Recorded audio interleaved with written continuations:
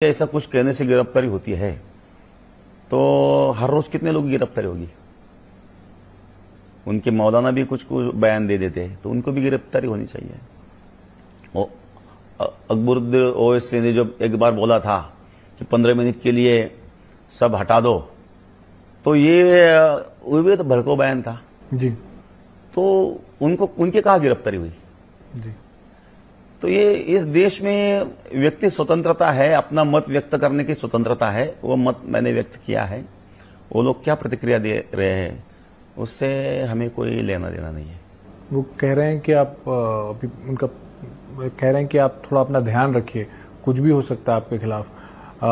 महाराष्ट्र को आपकी सुरक्षा Z+ कर देनी चाहिए।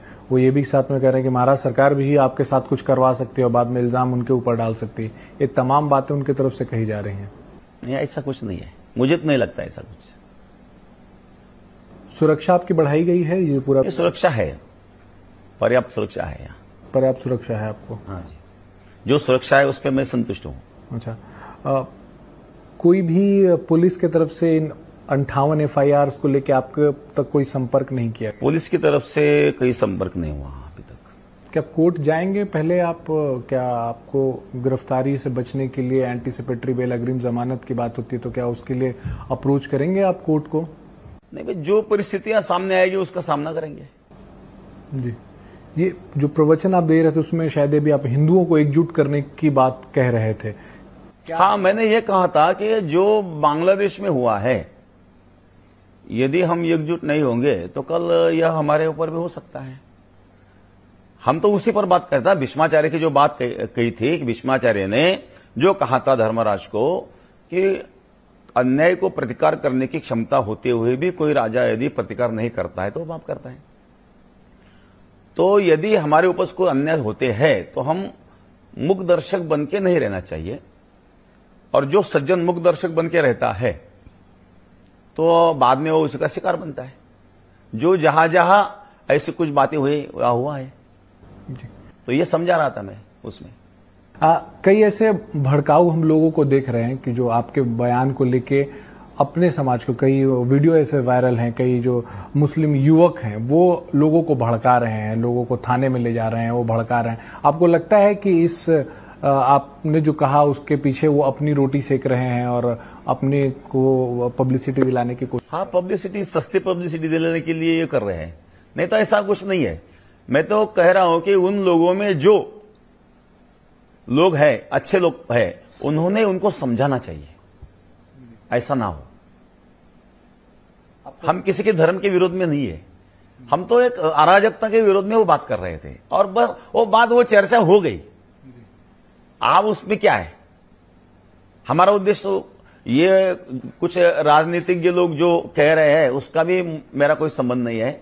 मैंने तो पहले से ये कहा है कि जो भी कोई राजनीति लोग है वो उनका गैर अर्थ करने का प्रयास कर रहे हैं, उन्होंने नहीं करना चाहिए। हम राजनीति से दूर हैं। लेकिन आप उस बयान पे टिके हुए हैं, मतलब हाँ, कई लोग ऐसे कह रहे हैं कि महंत जी माफी मांग लें, महंत जी अब खेद प्रकट कर दें कि नहीं, मैं जो कहा हमने गलत कहा, तो ये माहौल शांत हो जाएगा। नहीं, गलत तो मैंने कहा ऐसा मैं नहीं कहूंगा, क्योंकि गलत मैंने कहा नहीं, जो है वो कहा, जो रियल फैक्ट है वही मैंने कहा है, तो इसीलिए माफी का कोई संबंध नहीं है इसमें।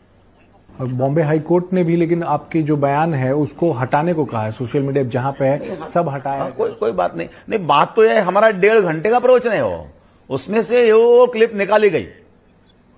किसी को कुछ करना था और दिखाना था, वो बात अलग है, किसने निकाली गई हमें कोई पता नहीं। हमारा प्रवचन तो 1.5 घंटे का है और उसमें तो हमने सब अध्यात्म, वो पूरा सुनेंगे तो समझ में आएगा, 1-2 मिनट में क्या समझ में आएगा। आपको लगता है किसी ने अपने फायदे के लिए उतना ही क्लिप निकाला है और उसको वायरल किया? बस अपने फायदे के लिए वो क्लिप निकाल करके वायरल किया है और उस क्लिप के कारण वो हो रहा है। यदि उसमें से कोई 20-25 मिनट का भाग वो निकालते तो भी वो समझ में आया, क्योंकि मैंने उसमें वो भीष्माचार्य की बात भी बताई थी, मैंने वो बांग्लादेश की बात भी बताई थी, तो उस संबंध में एक उदाहरण हमने। प्यारे नाज़रीन, रामगिरी अभी भी अपने बयान पर अटल हैं। उनका कहना है कि मैंने कुछ गलत नहीं कहा और माफ़ी का जहां तक ताल्लुक है मैं माफ़ी नहीं मांगूंगा। मेरी नज़र में वो गलत नहीं है जो मैंने कहा है। मैंने जो बयान दिया है वो इतिहास में लिखा हुआ है और मेरे बारे में इतना वावेला, गिरफ्तारी की मांगे, रैलियां निकाली जा रही हैं, लेकिन इनके मौलाना जो भड़काऊ बयान देते हैं, अकबरुद्दीन ओवैसी जिन्होंने कहा कि 15 मिनट हमें दे दो फिर हमें बता दें, तो ऐसे लोगों पर कार्रवाई नहीं की जाती, ऐसे लोगों को गिरफ्तार नहीं किया जाता। ये देश चलेगा तो संविधान से चलेगा। ये तमाम बातें रामगिरी कह रहे हैं और मौलाना लोग जो भड़काऊ बयान दे देते हैं उन पर गिरफ्तार नहीं होती। भाई आपने देखा कि मुफ्ती सलमान अजहरी साहब ने जो शेर पढ़ा था उसकी वजह से तो वो जेल में है। इस बारे में क्या सोचते हैं कमेंट करके जरूर बताइएगा और इस वीडियो को लाइक शेयर करना बिल्कुल ना भूलें। अस्सलामु अलैकुम व रहमतुल्लाह।